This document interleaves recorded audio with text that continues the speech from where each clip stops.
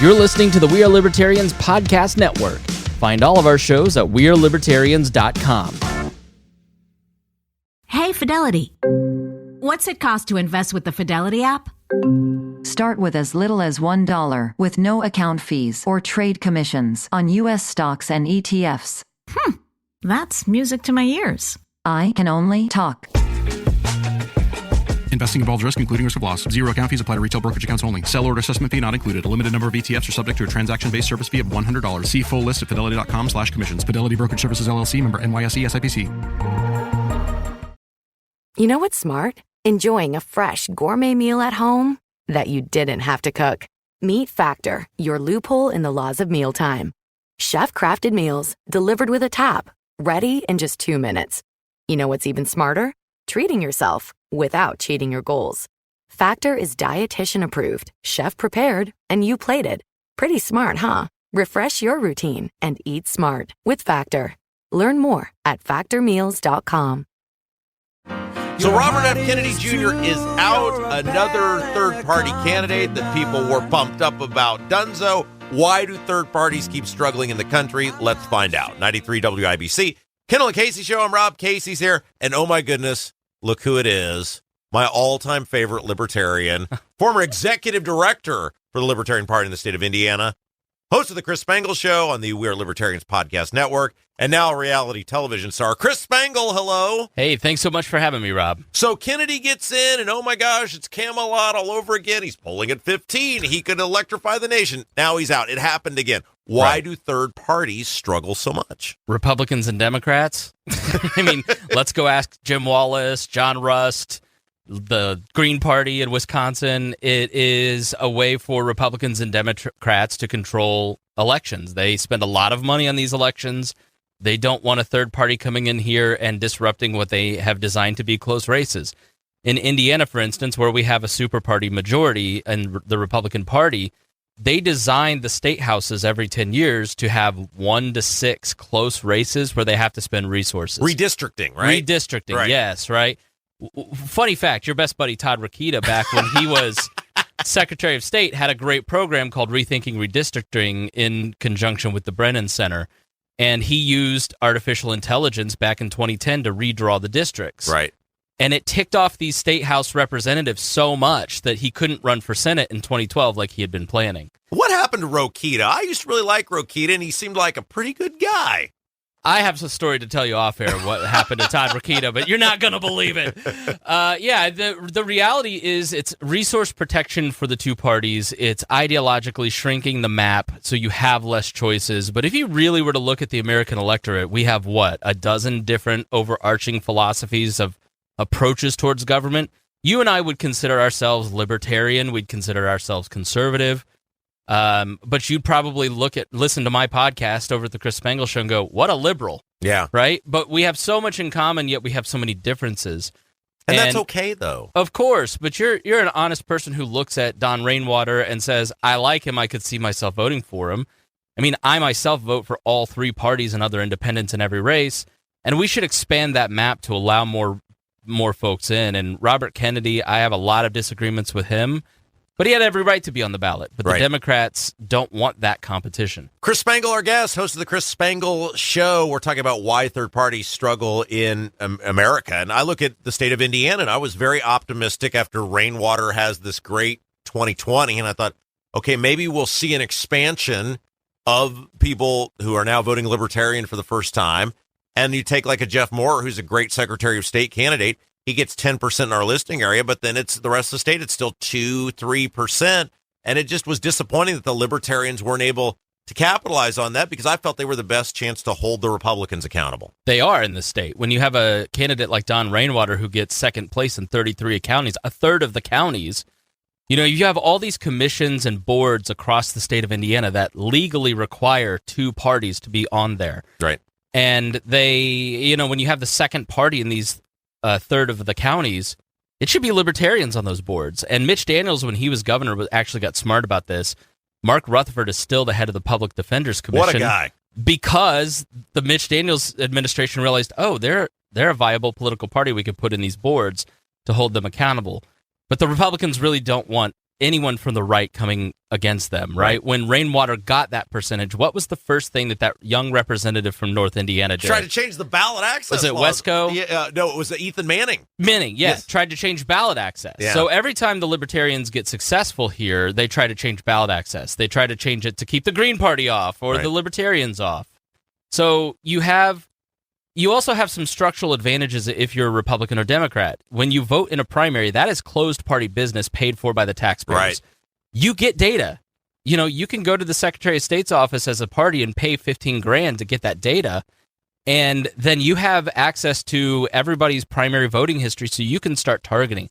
Libertarians have to pay a ton of money to get that data. Right. Republicans get it for cheaper. Chris Spangle, our guest. We're talking about third parties in America, why they struggle. Obviously, Robert F. Kennedy Jr., the latest to find this out. So here's what I found that was interesting. And you and I talked about how you and I are the same in the sense we split our ticket. And I vote for Libertarians, I vote for Republicans, I leave most of my ballot blank.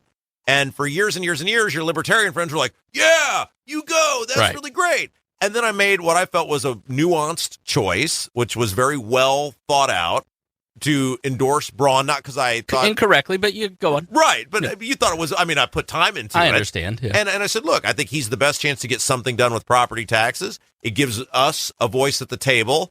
We'll try this. The previous thing wasn't working. We'll see what happens. And then all you Libertarian friends started treating me the way the Republicans did, so nobody really wants freedom of choice. Why do you think I barely am in the Libertarian Party anymore?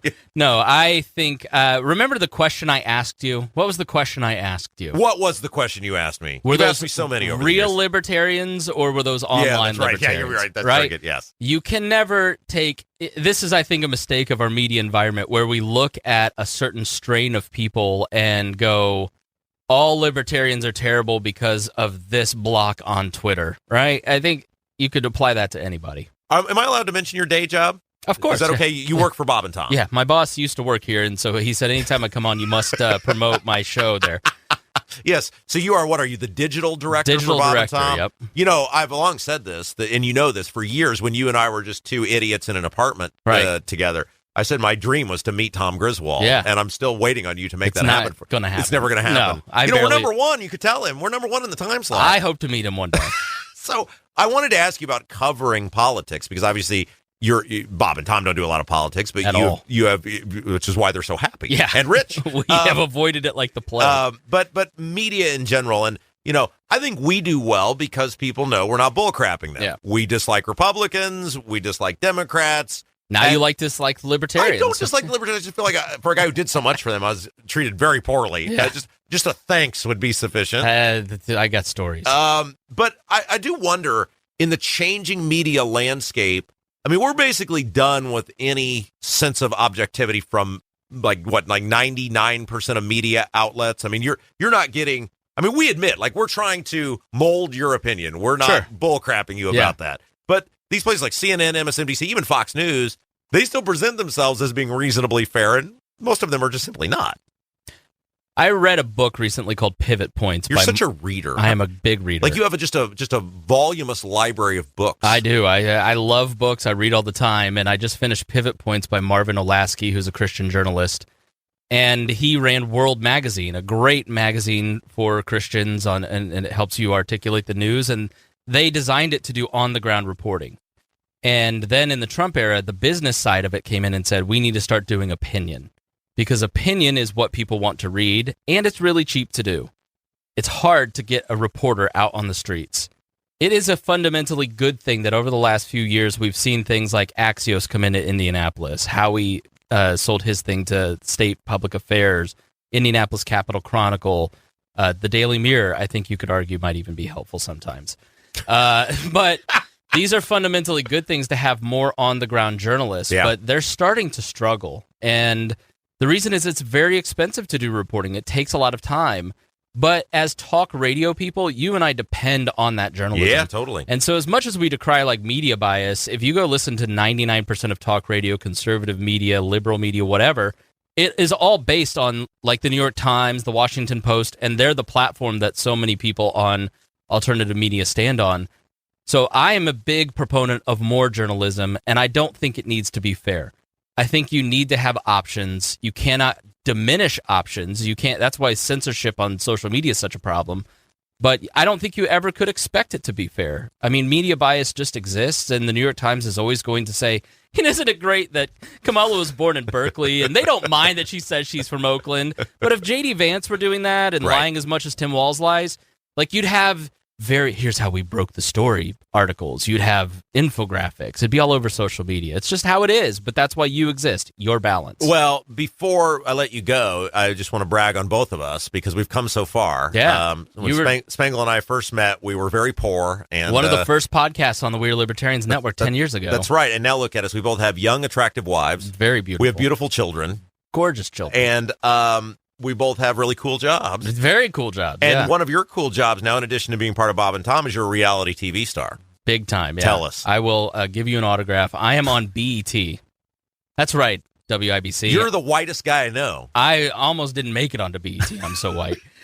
But I've done the Pat Down podcast with Miss Pat for She's a comedian. Over 5 years. Huge comedian. Has really grown in popularity over the last 5 years. And I got a call 2 years ago to audition for Miss Pat Settles It, where she plays a Judge Judy type. These are real cases between two people.